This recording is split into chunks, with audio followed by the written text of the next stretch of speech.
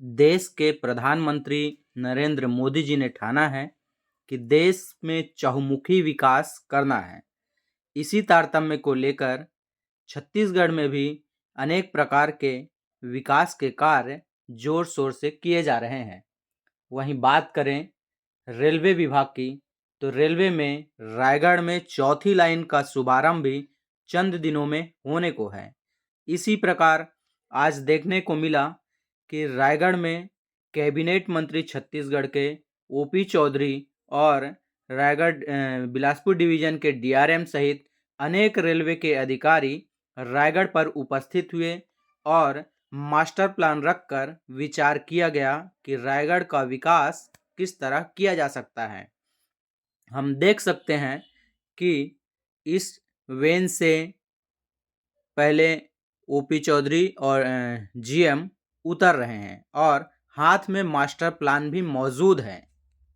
हम आपको यह जरूर बताना चाहेंगे कि रायगढ़ रेलवे स्टेशन के बाहर निर्माण कार्य कराया जा रहा है। यह निर्माण कार्य रायगढ़ को व्यवस्थित व सुंदर बनाने के उपलक्ष्य में किया जा रहा है कि रायगढ़ को कैसे सुंदर बनाया जा सकता है। हम देख सकते हैं कि रायगढ़ रेलवे स्टेशन पर कैबिनेट मंत्री व जीएम का स्वागत करने के लिए रायगढ़ के कलेक्टर और पुलिस अधीक्षक सहित कई प्रशासनिक अधिकारी भी मौके पर मौजूद हैं। इन्होंने पूरे टीम के साथ जायजा लिया और रायगढ़ को सुंदर बनाने का सपना पूरा करने का वादा किया। रायगढ़ में मास्टर प्लान के साथ ओपी चौधरी का आगमन हुआ। अब रायगढ़ की जनता यह उम्मीद लगा रही है कि रायगढ़ में बहुत दिनों से रायगढ़ रेलवे टर्मिनल की मांग रखी जा रही थी, वह कुछ ही दिनों में पूरा हो जाएगा। देखा जा सकता है कि रायगढ़ के विकास का जायजा लेने के लिए जीएम खुद मौके पर मौजूद हैं, साथ में कैबिनेट मंत्री व अनेक प्रकार के अधिकारी मौजूद हैं, क्योंकि मास्टर प्लान के अनुसार ही कोई भी कार्य किया जा सकता है और विकास की बात करें तो बिना मास्टर प्लान के कोई भी कार्य करना संभव नहीं है। जैसे ही रायगढ़ के लोगों को यह जानकारी हुई कि कैबिनेट मंत्री ओपी चौधरी और रेलवे के उच्च अधिकारी रायगढ़ का जायजा लेने आ रहे हैं कि इसका विकास कैसे किया जाए, वैसे ही रायगढ़ के लगभग सभी जागरूक लोग यह देखने पहुंचे कि आखिर ओपी के मास्टर प्लान में क्या है, क्या विकास की गति है और रायगढ़ को विकास की धारा बहाने के लिए क्या क्या कार्य किए जाने हैं। और देखा जा सकता है कि ओपी चौधरी ने सभी अधिकारियों से मिलकर यह बताया कि किन किन क्षेत्रों में विकास होगा।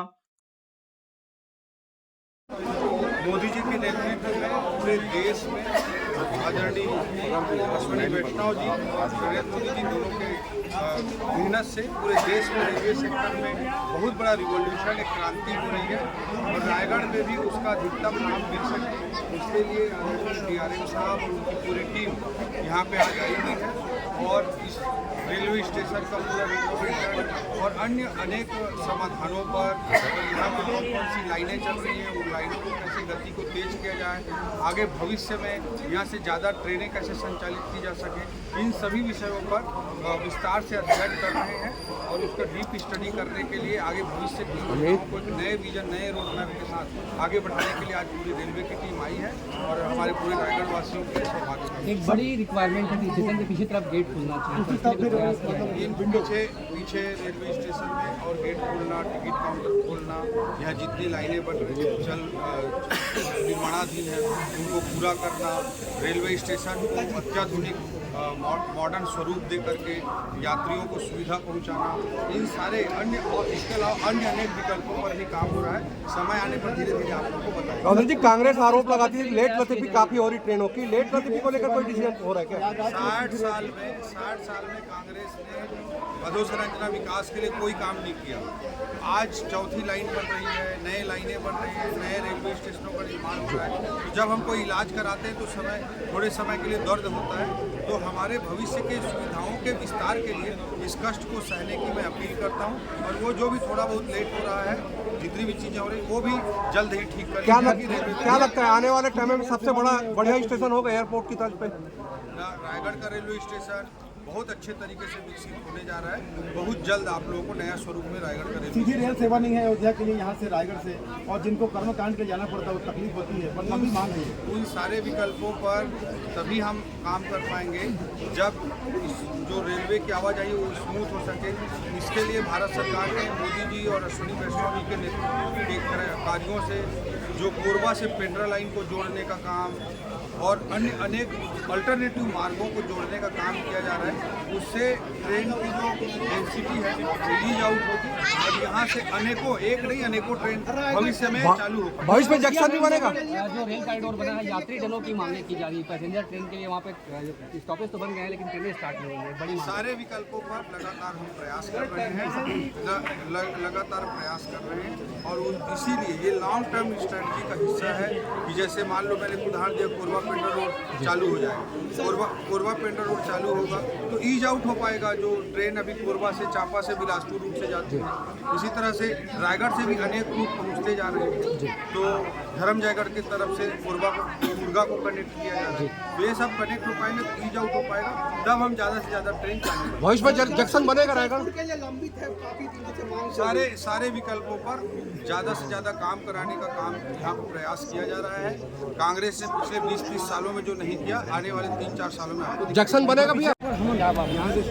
आदरणीय DRM पांडे साहब का यहाँ आगमन हुआ है और हमारे देश के प्रधानमंत्री नरेंद्र मोदी जी और अश्विनी वैष्णव जी के पहल से पूरे देश में रेलवे सेक्टर में एक बड़ी क्रांतिकारी परिवर्तन हो रहा है। इंफ्रास्ट्रक्चर विकास हो, स्टेशनों का विकास हो, तो रायगढ़ में भी वो सारी सुविधाएं उपलब्ध हो सकें। इसके लिए बड़े लॉन्ग टर्म के प्लानिंग के साथ एक रोड मैप बनाते हुए आदरणीय DRM साहब बहुत सारे इनिशिएटिव लेने के लिए आज पूरी टीम के साथ आए हैं।